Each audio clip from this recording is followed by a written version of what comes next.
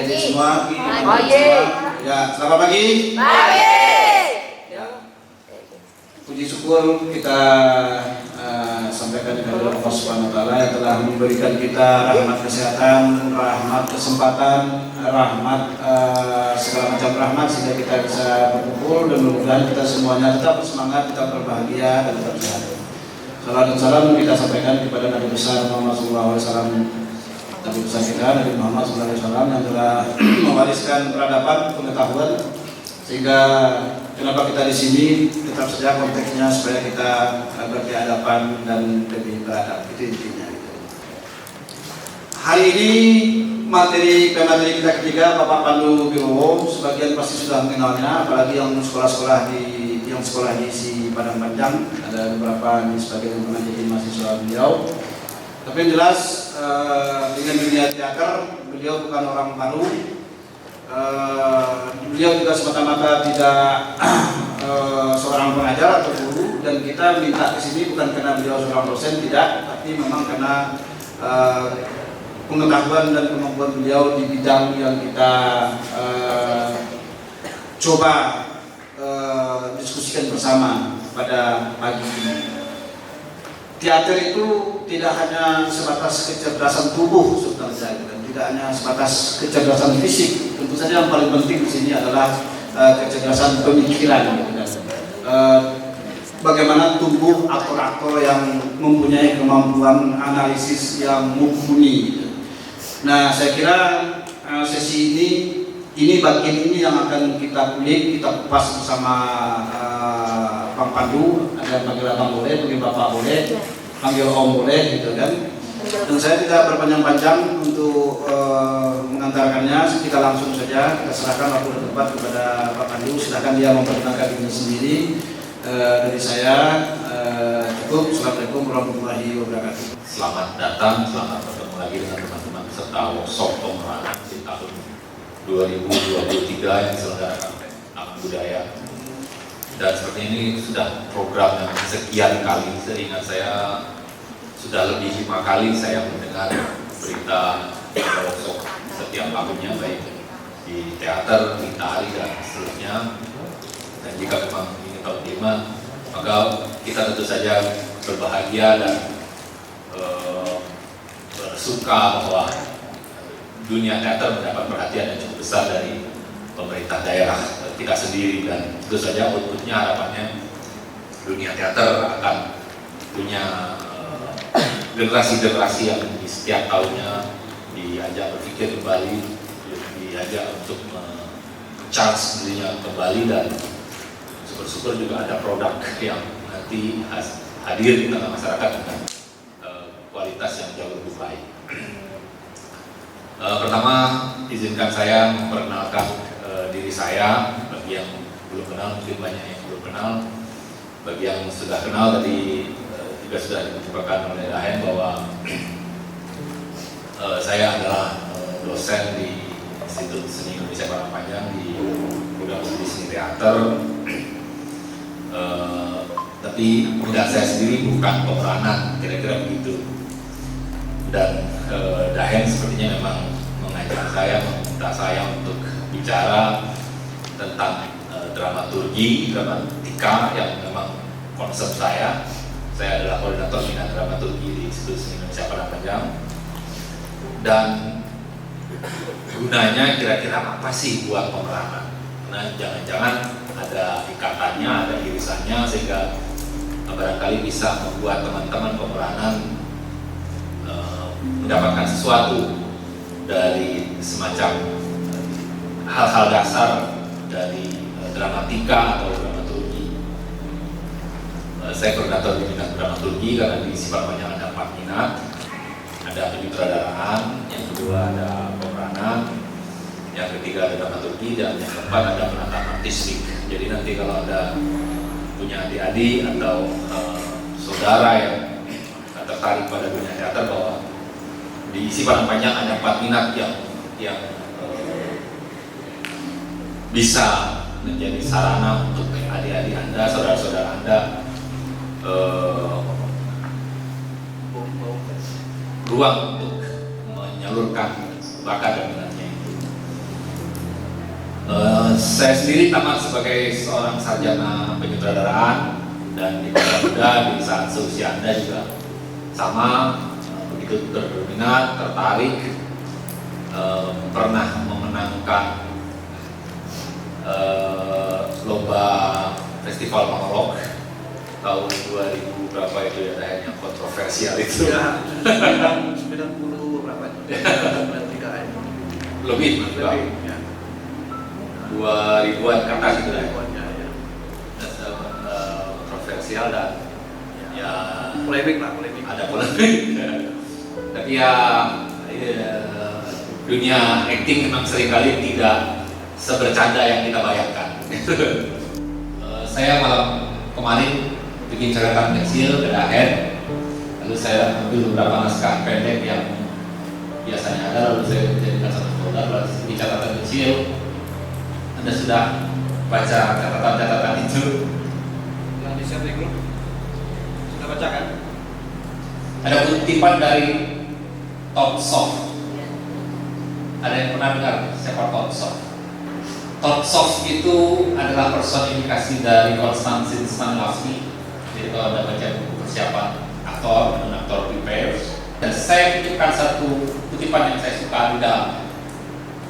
Apa kata Todd Soft pada Kosya? Plastisitas eksternal.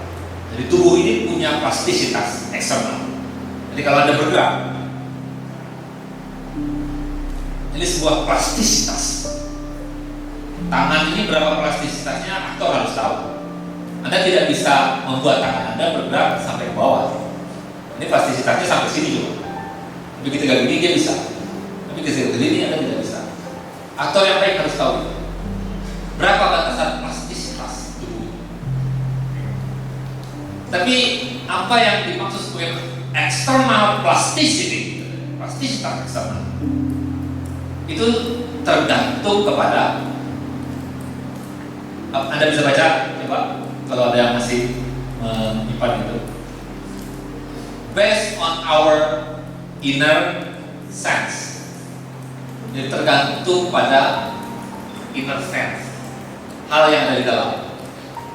Kita percaya bahwa lakon adalah sumber dasar baik yang tertulis maupun yang tidak tertulis. Jadi lakon yang kita pikirkan itu juga sebuah lakon, yang kita tuliskan juga sebuah lakon, orang bisa punya naskah. Itu kita diskusikan di kelas-kelas dramaturgi. Jadi biasanya saya sering ngasih perumpamaan. Kalau di isi Panah Panjang Anda ketemu dengan teman-teman yang suka cari perhatian gitu, yang suka dilihat orang, suka caper gitu, suka semua mata memandang padanya, suka semua tepuk tangan, suka semua karangan bunga untuknya. Itu Anda akan ketemu dengan calon mahasiswa peranan yang paling potensial. Dan hari ini saya senang sekali bertemu dengan orang-orang yang caper, yang suka semua mata memandang padanya, orang yang bahkan mungkin suka ikut orang lain agar dia dilihat orang. Itu mitosnya di Panah Panjang. Terus kalau ada orang yang suka ngatur-ngatur, kamu nggak matching nih jilbabnya sama kaos kakinya, bedonya sama cat rambutnya, scarfnya dengan warna bajunya, suka ngasih komentar orang lain, itu biasanya akan masuk ke kelas-kelas penyutradaraan. Mitosnya begitu, karena dia suka ngatur orang lain. Tapi kalau suka ketemu dengan mahasiswa yang culun, biasanya jomblo, menyendiri, suka baca diam-diam gitu. Kalau ada keramaian dia introvert. Ya, introvert itu dia itu. Kayak Dona ini mahasiswa saya di kelas dramaturgi itu, Anda amati aja dia, itu persis cacing gitu. Melata di bawah tanah nggak kelihatan. Itu anak dramaturgi biasanya. Di sesi ini sebenarnya saya kebagian satu sesi yang di dalamnya saya mendiskusikan tentang yang pertama yaitu soal-soal yang berkaitan dengan dramatika lakon, dan yang kedua tentu saja tentang pembangunan tokoh.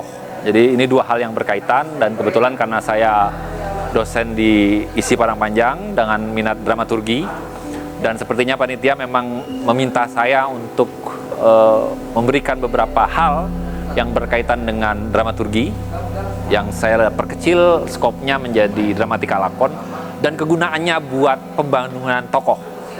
Jadi pembangunan tokoh ini membutuhkan analisis-analisis kecil yang berkaitan dengan dramatika lakon. Dan tadi di sesi-sesi yang sudah kita lewati, saya mengundang teman-teman peserta dengan 5 pertanyaan, 4 pertanyaan skoci dan 1 pertanyaan inti.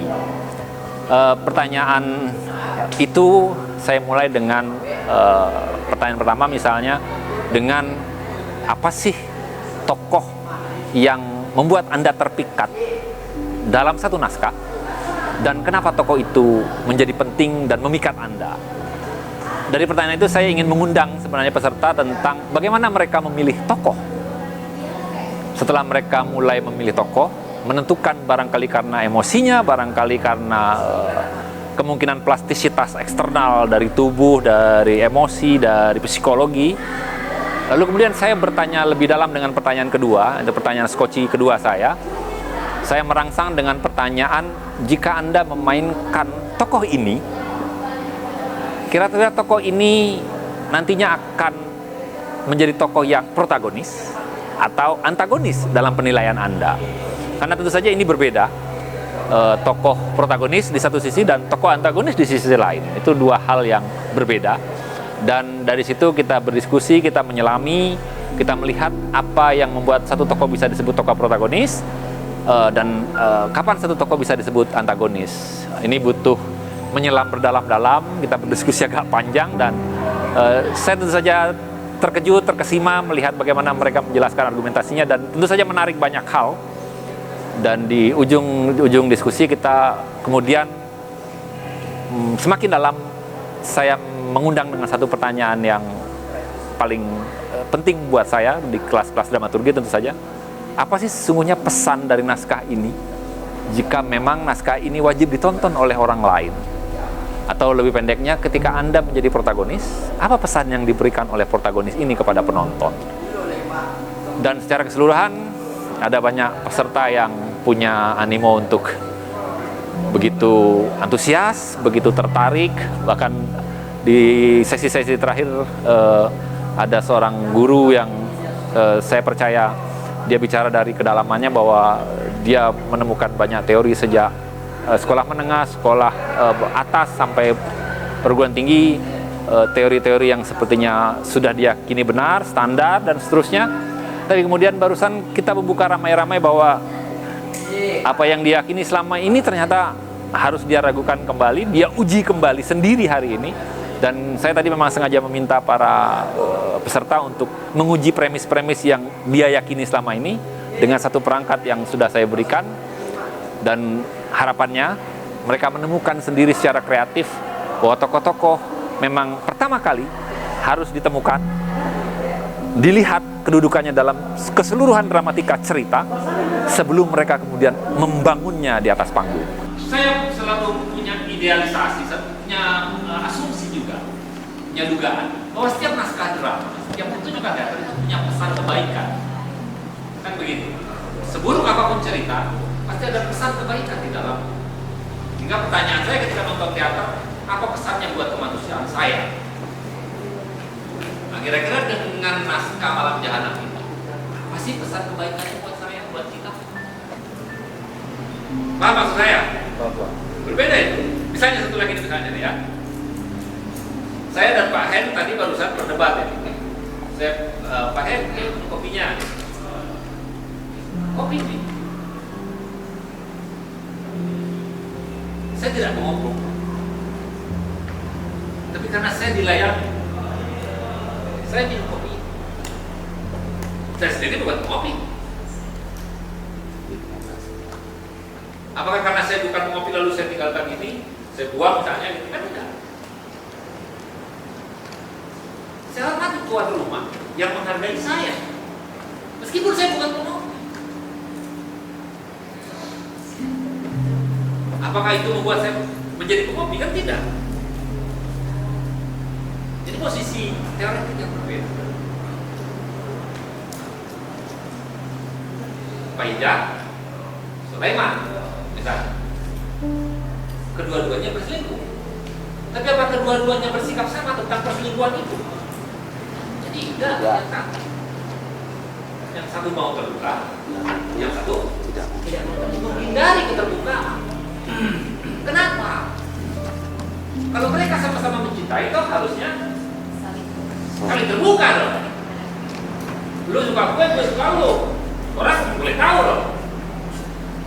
Lu kenapa lu tutup-tutupin?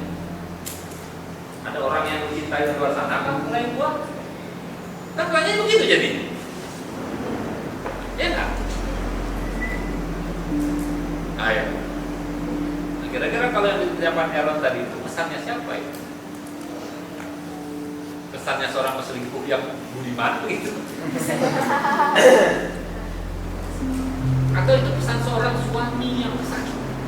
Terhadap Berita apa yang dia cegah? tentang kematian si Utai. Oke, dia ingin mencegah kematian Utai. Iya. Kenapa kematian Utai harus dia cegah disebarnya? Padahal dia tidak dirugikan kan? Karena di situ tidak ada yang sebagai sumber saksi mata tidak ada. Kira-kira yang dikabarkan kematian si Utai itu tentang kematian Utai ditendang oleh Sulaiman kan? Atau kematian Utai itu ada penyerta sebelumnya bahwa si Utai mengetahui perselingkuhan Sulaiman dan Faidah, dan Makontan tidak ingin kisah perselingkuhan itulah yang menyebar, bukan kisah kematian Utainya, tapi kisah perselingkuhan yang diketahui Utai yang membuat Utai mati malam itulah yang menyebar. Mana yang ditakutkan oleh Kontan di antara dua berita itu? Mana yang lebih ditakutkan oleh Kontan? Yang kedua. Sebenarnya dia nggak punya masalah istrinya dan Sulaiman selingkuh Iya. kalau tidak tersebar. Iya. Oke. Saya masih berputar dalam kisah Kontan ini yang tentang sebenarnya mereka ini sudah membuat komitmen. Oke. Membuat komitmen antara Kontan dan Sulaiman ini. Karena gua ini nggak bisa ngasih istri lu ini, lo mau nggak? Komitmen antara Si Kontan dengan si Sulaiman.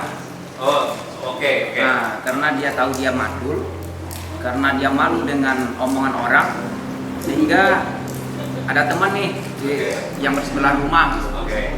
Mungkin dia bisa, karena ini saya coba dalami teksnya di sini. Oke.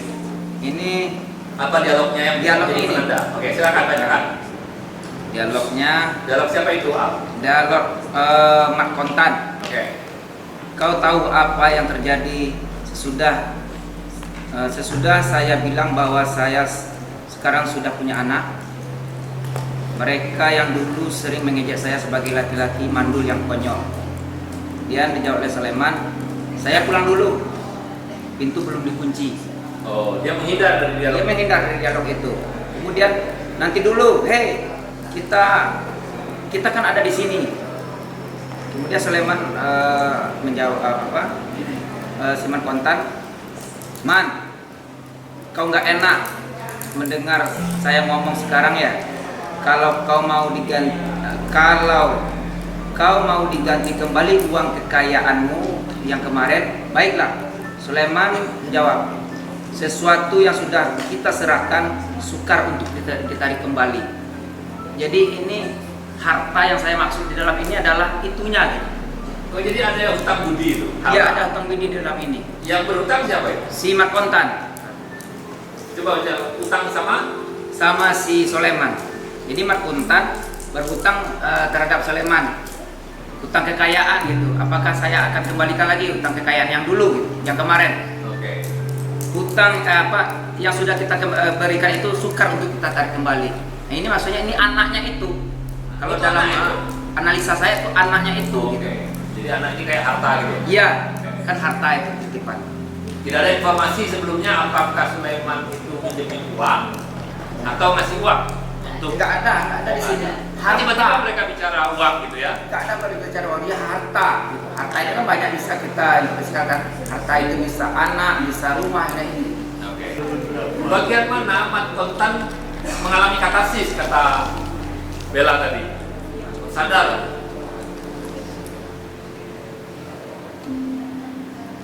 Karena ada seorang calon aktor, nah ini kelas peperanan. Tokoh mana yang akan Anda pilih dan mainkan dalam naskah ini? Ini ada banyak tokoh biasanya. Jadi kalau seorang aktor biasanya di Barang Panjang, pertanyaan yang terbesar dalam hidupnya adalah bukan naskah. Naskah apa yang kau pilih? Bukan tokoh apa langsung? Tokoh apa yang ingin kau mainkan? Pertanyaan terbesar seorang aktor itu tokoh. Kamu pernah mainkan apa? Kamu pernah mainkan siapa dalam tokoh, dalam naskah apa? Ada yang tertarik? Ada tokoh yang sudah akan mainkan? Yang ketiga, menurut Anda sendiri, tokoh itu adalah tokoh protagonis atau antagonis? Itu dulu. Nah, bisa jadi dia antagonis, bisa jadi dia protagonis. Keduanya sama penting. Kalau di sini protagonis saja semua, nggak ada antagonisnya, nggak ada konflik, dramatik tidak tercipta, tidak ada drama. Saya akan bicarakan itu hari ini tentang menguji sesuatu tokoh adalah protagonis atau bukan protagonis. Sudah ada yang punya keyakinan yang siap diuji? Nanti ada siap diuji dulu. Oh, waduh. Antigon, kamu memilih protagonisnya ada rajanya, Kreon. Oke, Kreon. Ya, Kreon. Yang Oh, Antigon itu Aul memilih Kreon. ya, Judulnya Antigon padahal. ya. Judulnya Antigon, Aul memilih Kreon.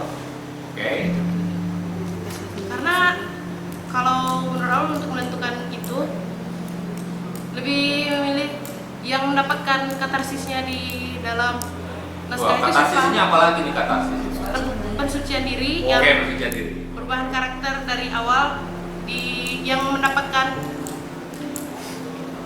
pensucian diri pada Oke. akhirnya itu di naskah Antigon itu aku mendapatkan itu si rajanya, Si Kreonnya, ya Kreonnya, bukan Antigonnya. bukan. Oke.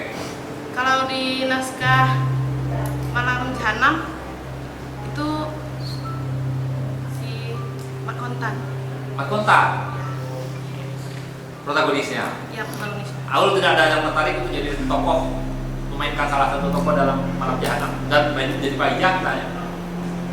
Nggak tertarik. Atau jadi si Utai. Atau jadi Utai. Utai mungkin bisa jadi Asik ya. asik. Ya. Setelah itu yang kedua, saya ingin juga peserta menyadari bahwa untuk bermain teater, para aktor tentu saja harus menyadari bahwa seperti kata yang saya kutip dari Tolstov ini satu tokoh yang dipikirkan oleh Stanislavski dalam bukunya Persiapan Seorang Aktor, seorang guru teater yang mengajarkan kepada Kosya. Saya kutip satu dialog dari Tolstov kepada Kosya, bahwa kata Tolstov bahwa plastisitas eksternal, jadi ketubuhan eksternal dari seorang aktor itu pertama kali dipengaruhi oleh keinginan. Jadi apa yang plastis dari tubuh kita, dari tubuh seorang aktor, itu sebenarnya digerakkan oleh sesuatu yang di dalam. Tolstov menyebutnya sebagai inner sense. Jadi hal-hal yang sensikal di dalam sana. Itu sendiri terdiri dari 3 hal, kata Tolstov. Yang pertama adalah will, keinginan. Jadi keinginan, hasrat-hasrat yang dimiliki oleh seseorang. Maka seorang aktor yang baik, dia harus menyadari tokoh yang dia mainkan itu punya keinginan apa saja di atas, di dalam cerita. Lalu setelah dia punya keinginan, ternyata keinginan seringkali tidak cukup menggerakkan. Maka dia harus memanaskannya dengan emosi. Jadi ada emosi di sekitar keinginan. Jadi keinginan dikelilingi oleh emosi-emosi yang membakarnya. Keinginan saja tidak cukup, dia harus dibakar oleh emosi-emosi yang ada di sekitarnya. Tapi yang terpenting kesemuanya itu, kedua hal itu digerakkan dan didireksi, diarahkan oleh intelektualitas. Maka tadi kita diskusi tentang banyak hal tentang intelektualitas yang harus dimiliki oleh seorang aktor, sehingga itu bisa menjadi intelektualitas dari tokoh yang sudah ditulis, diciptakan oleh penulis naskah sebelum dibangun oleh seorang aktor. Jadi menurut Aaron, saya ulangi ya, saya harus ulang. Menurut Aaron, teman-teman, bahwa tokoh utama atau protagonis, jadi protagonis itu kalau kita artikan dalam bahasa Indonesia yang paling pas buat saya sampai hari ini adalah tokoh utama. Jadi bukan baik dan buruk, saya katakan sekali lagi, kan kategorinya bukan kategori moral. Jadi protagonis itu bukan dia orang baik, bukan tokoh jahat, bukan tokoh baik. Sama seperti film Joker misalnya. Ada pernah nonton film Joker? Itu sosok itu secara moral Jahat. brengsek sekali, secara moral. Tapi protagonisnya siapa? Joker. Dialah protagonis. Kedudukannya sebagai penggerak cerita. Jadi itu yang pertama tentang kata protagonis. Menurut Aaron, protagonis di dalam naskah Malam Jahanam adalah Mat Kontan. Ya, bukan Sulaiman ya Aaron ya? Iya Pak. Bukan Sulaiman. Oke, Mat Kontan. Aaron berkeyakinan Mat Kontan adalah tokoh utamanya dan antagonisnya adalah Sulaiman. Pesannya adalah tetap setia. Apakah Mat Kontan bilang itu kepada kita? Jadi kalau kita nonton atau membaca naskah itu, wahai laki-laki, setialah kepada istrimu. Betulkah itu pesannya? Apakah kita disuruh setia? Di situ tidak ada pesan yang mau disampaikan tentang kesetiaan. Maksudnya kita nggak disuruh ya, tapi saya nggak baca lengkap ya Bang. Oke. Cuman melihat ceritanya, membaca ceritanya itu memang pesan yang disampaikan tentang kesetiaan. Kita ya tanpa sadar memang disuruh untuk setia. Ya. Yang menyuruh kita siapa untuk setia? Ceritanya Pak. Oh, tidak ada orangnya. Oh bukan, Mat Kontan juga ya. Ya, Mat Karena Kontan. apa? Karena apa? Mat Kontan menyuruh kita setia, dia nggak mencari yang lain gitu. Adapun maksud dia ke sana ke sini mencari burung dan ikan lain sebagainya itu, tapi di situ tidak ada gambaran cerita bahwa dia melakukan selingkuh. Yang melakukan perselingkuhan itu adalah istrinya. Ya, berarti yang tidak setia sebenarnya siapa? Si istrinya ini Pak. Bukan dia ya? Bukan dia. Bukan dia yang berselingkuh. Iya Pak. Kita berharap para peserta menyadari bahwa teater adalah permainan ensemble, permainan keseimbangan, dan mereka menyadari bahwa porsi ini tidak lebih penting dari porsi ini juga tidak kurang penting ketimbang porsi yang ini. Itu kesadaran pertama yang ingin kita temukan, peserta menyadarinya kemudian. Jadi di akhir sesi saya berharap penonton menemukan kesadaran itu. Bayang kaki lima.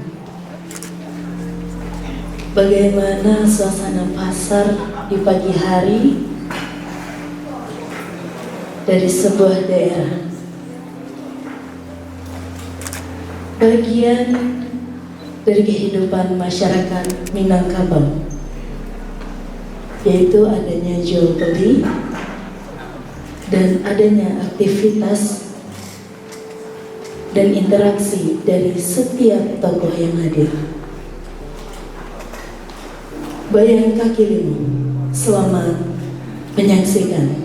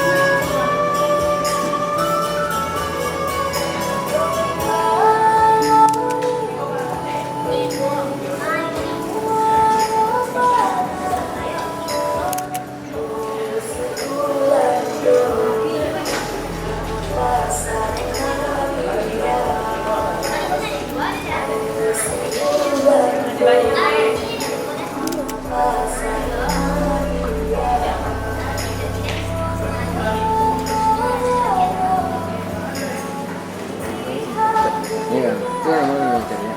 Mau main bahasa Inggris kan?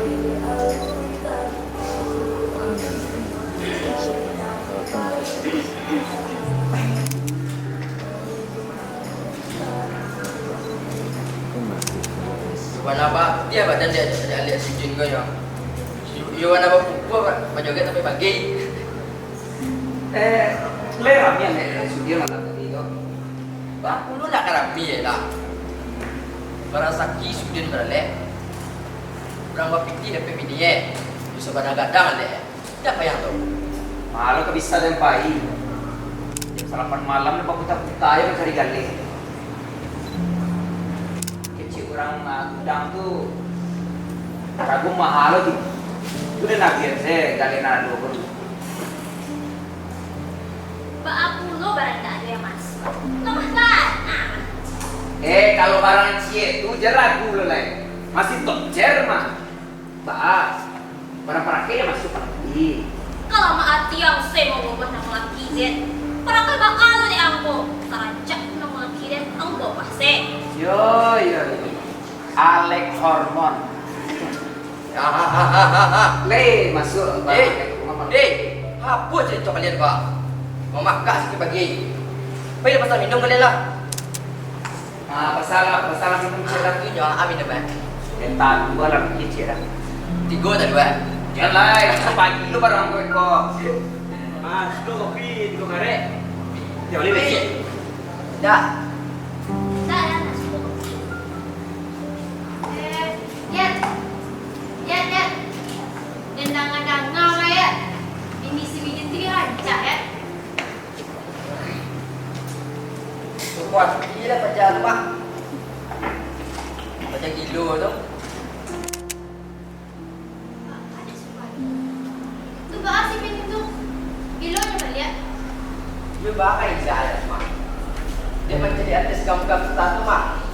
Kamu balari lu ada petak tu. Dia itu jangan macam di atas gam-gam satu. Yang datang dari aku tuh, yang dari Korea. Dari Korea malu wah. Dia tahu juga musik tu. Tahu tu. Grup mana tu? Grup musik gam-gam star. Tahu tak? Gambus, Gamai, Tidak Tangkamang, dan sekitarnya. Grup musik asal-asal tenor ini tu Iya. Baik. Podcast ya. Rancak dari Denda. Kalau Desi Alek hormon, siapa? Enggak tua. Nak mulai macam mana lihat? Ada nikah kalian lihat? Dia tak ada nior. Lihat. Bini sedih tu ya rancak. Jadi jual lah mak. Banyak kerja lah mak. Ini mah kawe. Dong pendek pandai.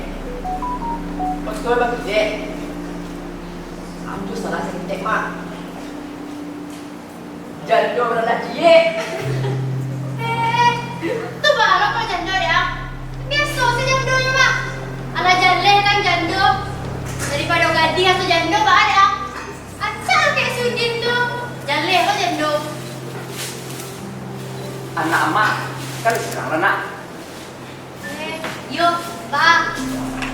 Ang pag-Indonesia lah kecil aku. Jadi yo janda orang nak cie. Den dia indak ke laki-laki dah dok. Hanya soal dense. Acak dan surang katanya. Ang tahu kan laki-laki tu banyak mana gayanya. Dia merampu deh. Mak, tapi kok laki yang mak banyak mak. Ada je rancak itu mak. Betul je kecil sir madan tu kok. Untuk kawan dari tubuh mak. Dia ni indak dah. Alam kuliah si Pandi tu lah jadi mak. Dia nak kembali balik ke sampai tu lah dok. Jadi kamu senang-senang sih di rumah. Nak aduk. Ini rencana. Dah. Apa yang boleh itu? Kamu jadi bakat. Tapi kecil sudi kok main barang-barang elektronik kok kerja kata. Di Singapura pada lebih ya. Ya senang sih dia tu nak. Di sana mangkau utang ini mana? Mak kan buang. Alun tak dulu nih mak. Sama kita cerdik saja dah bisa mak. Kadang kalau bini lagi deh, kami ni laki-laki itu bukan bini saya. Dipandang sebelah mata kami ni laki-laki kau mak. Yo, bagai dia dibagai lah. Oh panik itu dia hati. Jangan. Karambi ya. Nah itu maksudnya dok. Bukan saja itu mak. Kalau bini lebih kayu, kalau bini lebih gadang penghasilan dok. Kami ni laki-laki kau mak. Tidak ada orang bodoh tu dok. Main nak ngalaman pribadi. Jangan cek pula. Kalau si Bakti dia. Tua. Bisa. Pertunjukan kedua dengan naskah Malam Jahanam yang akan dibawakan oleh kelompok 2. Selamat menyaksikan.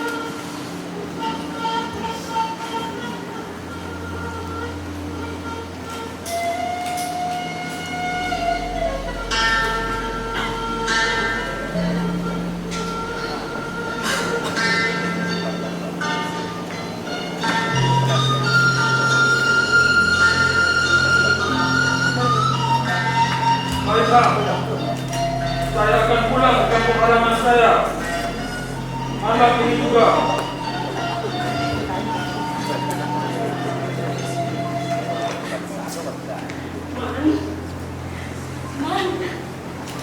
Jah, barangkali dia mau bunuh diri, Jah. Aku harus susul dia. Jangan tinggalkan aku, Man. Jah, dia itu temanku, Jah. Tidak bisa aku biarkan seperti itu. Jah. Kita harus bawa dia ke dukun, Man. Kita bawa ke dukun sarung saja, Jah.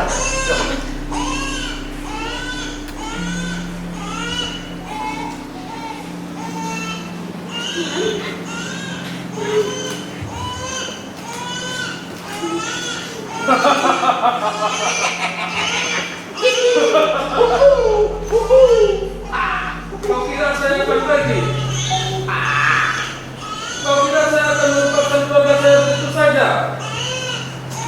Ajudan! Siap! Bagaimana ini?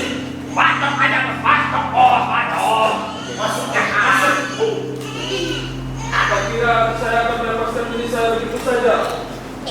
Hadang dia! Siap, bos! Ha! Hebat! Bagaimana? Hah? Bos! Masuk, bos! Masuk! Awas kau, Sulaiman! Mati kau! Jangan lari, Sulaiman!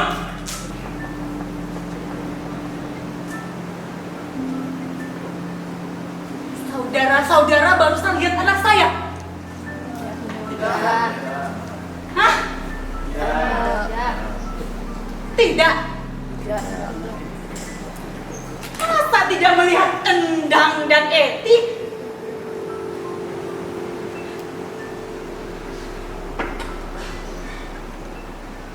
Saya takut dengan dia. Kenapa? Kenapa?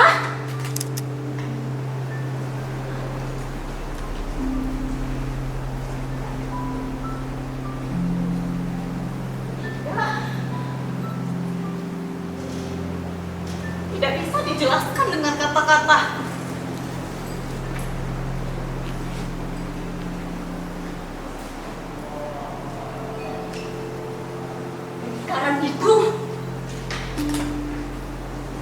Lingkaran itu ingin saya putuskan.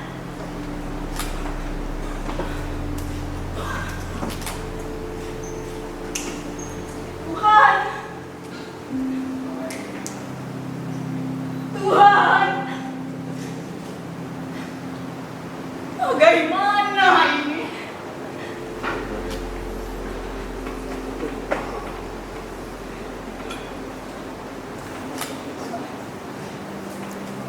Seperti biasanya, ada jawaban.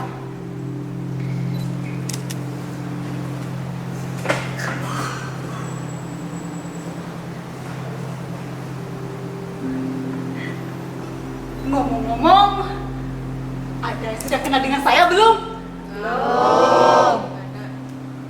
Belum? Belum. Masa belum sih?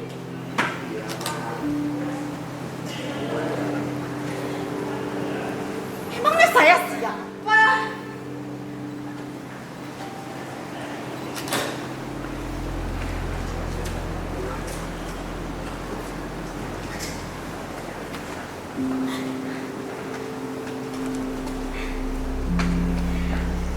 Nama saya Ici Prihatini.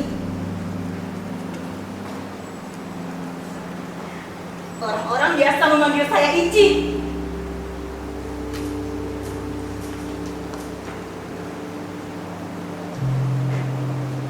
Saya lahir dan besar di kota kecil yang terkutuk,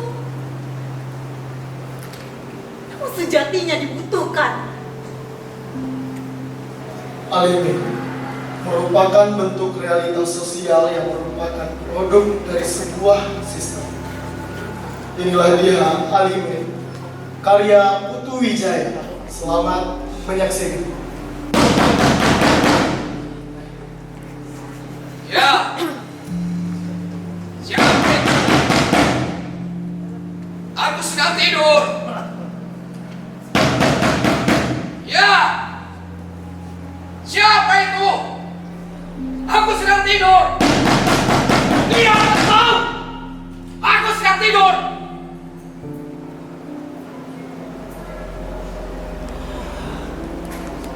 Masa aku tidak boleh tidur sebentar? Kapan lagi aku bisa tidur kalau tidak sekarang?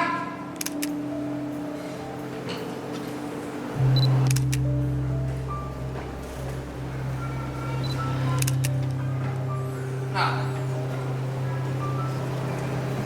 diam, tenang seperti itu.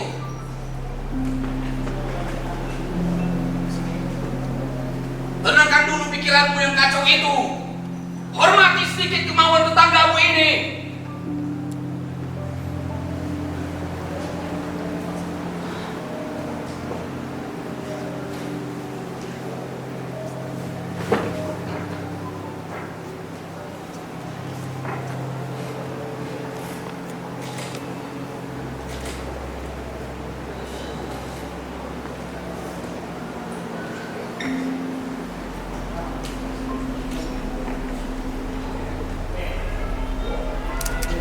Diam detik. Sekarang kita berhitung. Siapapun, tidak ada lagi yang bisa menahannya untukku. Bahkan Tuhan sudah menampikku. Sebentar lagi, mereka akan datang dan menuntunku ke lapangan tembak.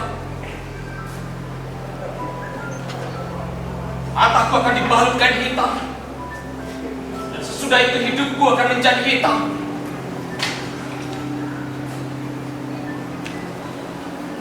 Aku akan terkulai di situ berlumuran darah dan menjadi seonggokan daging bekas. Sementara dunia terus berjalan dan kehidupan melenggang seperti tidak kekurangan apa-apa tanpa aku.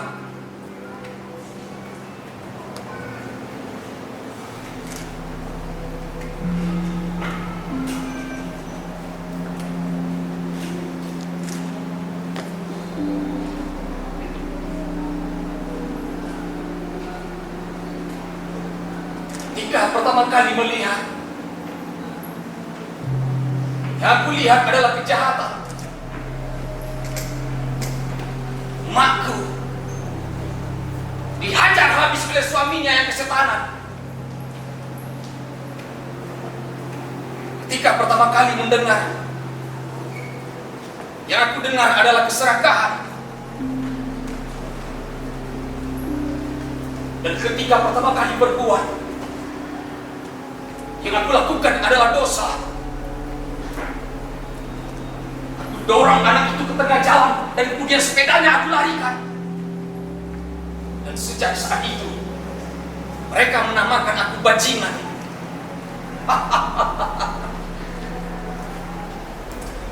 Mula-mula aku marah karena nama itu diciptakan hanya untuk membuangku. Tapi ketika aku sudah terbiasa memakainya, banyak orang mengaguminya dan mereka menyebutku pahlawan. Tadi kita sudah diskusi panjang lebar dan sore ini memang kita pengen lihat hasil terakhir dari workshop selama 3 hari ini. Dari rencananya 40-an peserta, tapi berkesempatan ada 3 orang peserta yang izin di hari terakhir ini sehingga tadi 37 orang, informasi dari Pak Soyatri. Dan barusan kita saksikan ada 4 nomor kecil dan tentu saja variatif. Ada beberapa teman yang memang sudah sedemikian terlatih vokal, tubuhnya, plastisitasnya, dan yang terutama yang terakhir dari kita diskusikan adalah tentang tafsir sebenarnya. Saya optimis sebenarnya melihat teman-teman yang sudah tampil. Betul ada beberapa kekurangan, tapi saya melihat ada positif, ada nilai positif yang saya lihat dari 3 hari ini, bahwa teman-teman ini memang punya potensi, Pak Kadis punya kekuatan, dan saya pikir ruang-ruang semacam ini memang dibutuhkan oleh remaja-remaja dan pemuda dan pemudi di Sumatera Barat untuk bisa mengasah apa yang mereka miliki. Saya juga sudah ngobrol dengan Pak Hen, terutama karena Pak Hen cukup dekat dengan saya biasa melihatnya udah Henry, udah Hen, ada dua beberapa format yang barangkali mungkin bisa dilaksanakan untuk di tahun berikutnya jika program ini, harapan saya juga ini terus diteruskan program ini, karena saya juga mengingat tidak salah ini sudah tahun kelima seingat saya, bahwa program ini bisa menjadi ruang terus dengan pemateri yang tentu saja bisa berbeda setiap tahunnya. Dan saya sudah bicara dengan Pak Hen tentang kemungkinan formatnya, karena ini hari ini kan kita masih mencampur materi-materi yang datang, jadi memang ada yang baru tapi yang sebagian juga sudah senior. Jadi akan lebih baik jika yang senior-senior kita kumpulkan, kita bikin satu format untuk mereka dengan naskah yang sudah siap, sehingga mereka tidak punya beban hafalan, tidak punya beban plastisitas dan kekuatan tubuh sebagai alat ucap seorang aktor. Sementara yang di bawah yang baru itu kita sediakan ruang lain yang barangkali juga lebih ke hal-hal elementer. Kita tadi masih bisa merasakan bahwa wah, ini sudah levelnya sudah intermediate dan advance. Sementara yang ini sepertinya berdialog saja masih agak malu-malu dan terganggu. Tapi pun begitu, saya apresiasi Dinas Budaya Sumatera Barat, Taman Budaya, untuk menyelenggarakan acara semacam ini setiap tahun dan tahun kelima seingat saya. Mudah-mudahan saya salah dan bisa dikoreksi, mungkin sudah jauh lebih panjang dari itu.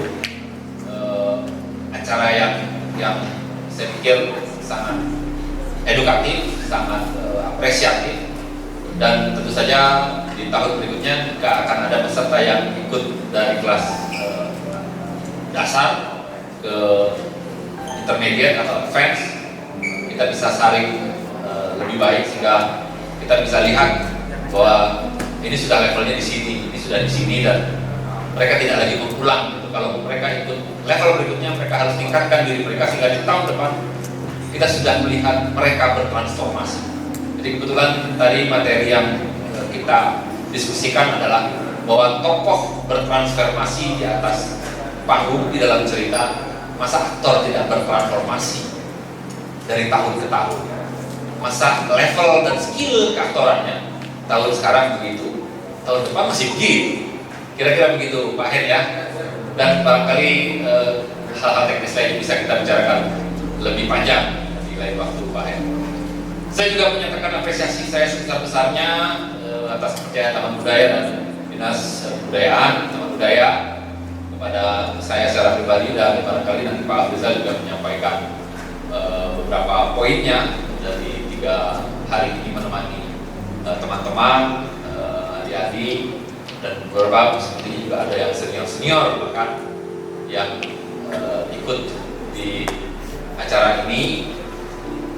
Mudah-mudahan acara ini terus diselenggarakan oleh Taman Budaya dan menjadi program yang memang kita jaga bersama agar potensi aktoran Sumatera Barat memang benar-benar meningkat dari tahun ke tahun, punya pengetahuan dan skill acting yang sesuai terus dengan perkembangan zaman tanpa melupakan semangat tradisinya. Kira-kira begitu. Saya apresiasi untuk semua peserta selama 3 hari ini, dan saya minta maaf juga kalau ada kata dan ucapan saya yang barangkali tidak mengenakan selama workshop, mungkin agak keras dengan instruksi. Itu saja, dan sekali lagi applause dan apresiasi. Saya sebenarnya persis sama ya dengan apa yang disampaikan oleh Mas Pandu. Ya, barangkali hanya sekadar menambahkan saja dari evaluasi yang sudah kita laksanakan selama 3 hari. Kalau di sesi pertama itu oleh pegawai di HS itu lebih concern tentang ketubuhan, di mana adik-adik teman-teman itu diperkenalkan tentang materi ketubuhan. Kemudian di materi kedua, saya sendiri itu lebih kepada bagaimana memposisikan aktor secara realistik gitu ya, ketika dihadapkan pada teks-teks platform atau teks-teks dramatik, naskah drama pun juga naskah drama. Kemarin saya sudah mulai saya menyampaikan juga kepada teman-teman tentang siapa itu aktor, apa pekerjaan aktor, apa tujuan akting dan segala macam, dan kita sudah melakukan proses latihan dari siang sampai sore harinya, gitu ya. Jelas 2 hal yang sangat penting yang menjadi bahan evaluasi, tidak hanya persoalan bakat saja, ya. Ada minat, ada bakat, gitu ya. Tapi kemudian kalau misalnya kedua-duanya selalu diasah, selalu diolah, selalu dieksplor, selalu dilatih, teman-teman yakinlah bahwasanya proses akan menentukan pada hasilnya. Jadi hargailah proses itu kemarin yang menjadi poin yang saya sampaikan kepada teman-teman peserta workshop. Jadi proses itu menjadi satu hal yang sangat penting, dan kemudian dari proses itu teman-teman akan mampu menciptakan metode yang seperti jadi ciptakanlah metode. Jadi memang itulah yang menjadi poin evaluasi dari apa yang workshop keaktoran yang saya ulas kemarin gitu ya. Tadi sudah disampaikan juga oleh Mas. Ya tentu saja teman-teman, saya sangat optimis. Ya, harapannya kalau misalnya tahun ini ada Alet Teater gitu ya, Udahen, Om Ade, harapannya memang poinnya adalah pada wilayah keaktoran ini. Kalau Alet Teater tahun sebelumnya saya juga ikut sebagai juri gitu ya, dan itu fokus lebih menyeluruh bicara penyutradaraan. Tapi kalau misalnya boleh gitu ya, tahun ini kalau misalnya ada ruang yang bisa itu lebih ditonjolkan, misalnya hal yang fokusnya adalah monolog, misalnya seperti itu. Jadi kita akan melihat progres perkembangan dari adik kita yang telah melakukan workshop selama 3 hari ini. Harapannya seperti itu. Kalau saya sebagai orang yang awam lah gitu kira-kira di bidang seni teater ini, saya nilai itu sudah sukses ya, alhamdulillah ya.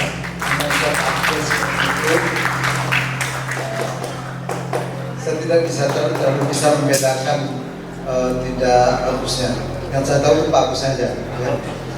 Bisa menampilkan seperti itu ya, bisa saya tangkap pesan-pesannya ya, kan itu diangkat dari realita kehidupan ya, itu makanya kadang-kadang kita sering terbawa perasaan kalau melihat teater ini, karena kita menghubungkan dengan kehidupan ya. Saya juga sufi nih Bapak Ibu, suka film, suka nonton ya, jadi pada anak-anak saya kalau juga bisa suka, karena saya bisa menangkap pesan-pesan dari film teater-teater itu. Oleh sebab itu, saya juga apresiasi kepada para peserta yang telah mengikuti workshop ini dengan serius, dengan sungguh-sungguh, dan itu ada hasilnya insya Allah.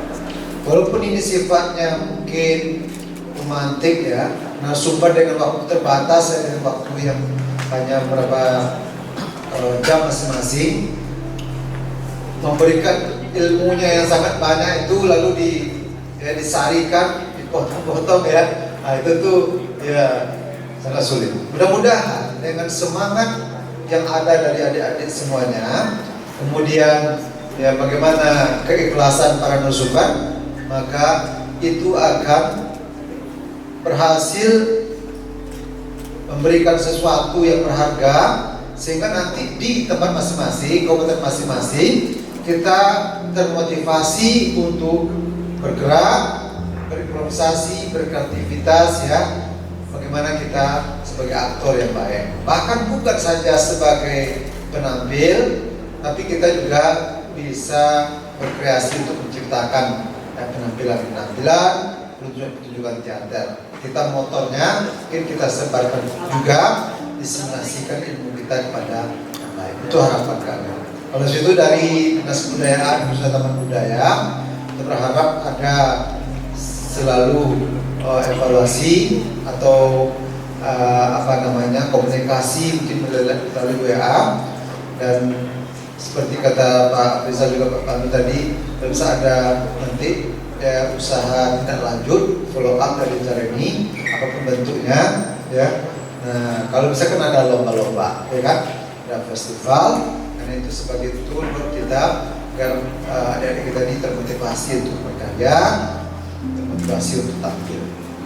Mudah-mudahan kita semua akan bisa memaknai acara yang singkat ini lebih berharga, lebih bermanfaat, dan insya Allah dia bisa menjadi seperti tujuan kita kemarin, sesuatu yang bisa kita berikan dalam masyarakat.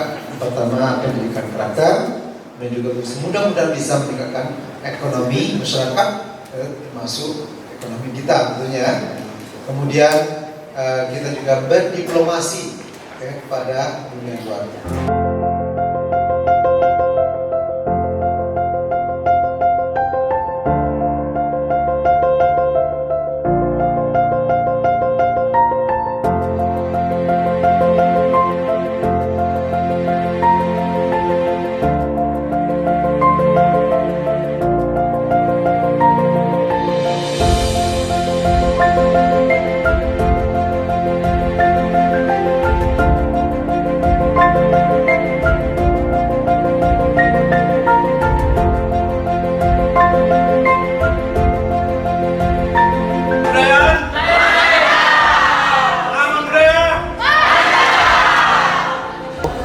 Perkenalkan, saya Meji Syahrul, utusan dari komunitas Rantak Rangsalapan yang berasal dari Batu Sangkar. Dan alhamdulillah, saya juga berkesempatan untuk bisa mengikuti workshop yang diadakan oleh Taman Budaya Sumatera Barat. Yang mana di sini saya merasa sangat terbantunya kami atau dari teman-teman yang lain dengan adanya pemateri yang handal, fasilitas yang disediakan, materi-materi yang dikasih, dan juga relasi yang mana saya rasa ini sangat bermanfaat untuk kita semua. Perkenalkan, nama saya Zulkarni Alfian dari pimpinan komunitas seni budaya Ranah Sejunjung. Dalam hal ini saya mengucapkan ribuan terima kasih kepada Dinas Kebudayaan Provinsi Sumatera Barat yang mana telah mengadakan workshop tentang acting, yang mana dalam workshop ini saya sangat mendapatkan keilmuan yang luar biasa yang selama ini tidak pernah saya ketahui dalam bidang aktor, dalam bidang keaktoran, ditambah lagi dengan keilmuan dramaturgi, yang mana ilmu dramaturgi itu menggali seluruh potensi-potensi yang ada di dalam naskah itu sendiri dan menetapkan siapa tokoh protagonis dan antagonisnya.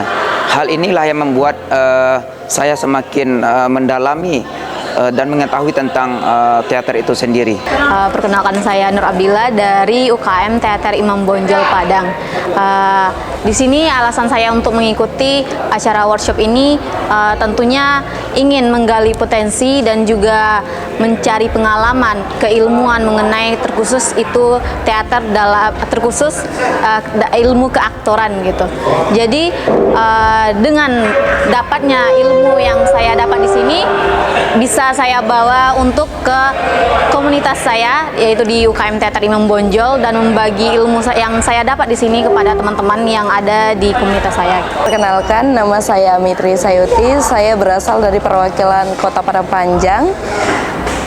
Saya mengikuti workshop teater tahun 2023 ini yang diadakan di Taman Budaya Sumatera Barat, dan alhamdulillah ini menambah ilmu pengetahuan bagi keaktoran, khususnya bisa menjadi momok juga bagi saya untuk mengembangkan di tempat saya, yaitu di Kota Padang Panjang, dan bisa bekerja sama mungkin dengan sekolah-sekolah atau masyarakat sekitarnya untuk kegiatan keaktoran.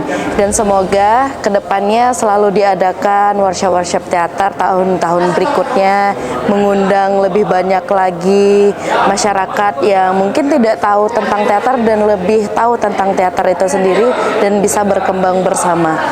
Dan terima kasih buat Taman Budaya Sumatera Barat, semoga selalu sukses dengan acara-acaranya. Halo kawan-kawan, perkenalkan, nama saya Safira Salsabila. Saya perwakilan dari Kota Bukit Tinggi dan komunitas seni teater Balai. Kesan saya selama mengikuti kegiatan ini benar-benar kesan yang sangat luar biasa, di mana Sumatera Barat dan kebudayaan Sumatera Barat memang memfasilitasi bagi pemuda-pemudi yang ingin ikut berpartisipasi dalam kegiatan teater. Nah, jadi kegiatan ini benar-benar menarik dan sangat-sangat kegiatan yang luar biasa. Pesan saya sepertinya lebih sering-sering melakukan workshop teater atau workshop seni budaya lainnya di daerah kita ini, terutamanya Sumatera Barat. Terima kasih kawan-kawan. Perkenalkan, nama saya Putra Ridho Ilahi. Saya berasal dari Kota Pariaman. Saya berangkat dari komunitas teater Balai dan juga ada komunitas di Pariaman. Nah, kesan saya mengikuti workshop teater di Taman Budaya ini sesuatu hal-hal yang positif karena memberikan pengetahuan yang baru dan juga mengulang-ulang kembali pelajaran-pelajaran yang lama yang telah dipelajari dan mungkin sekarang lupa. Halo, aku Sinta Amelia Putri dari kampus UNAN. Mau bilang Taman Budaya keren.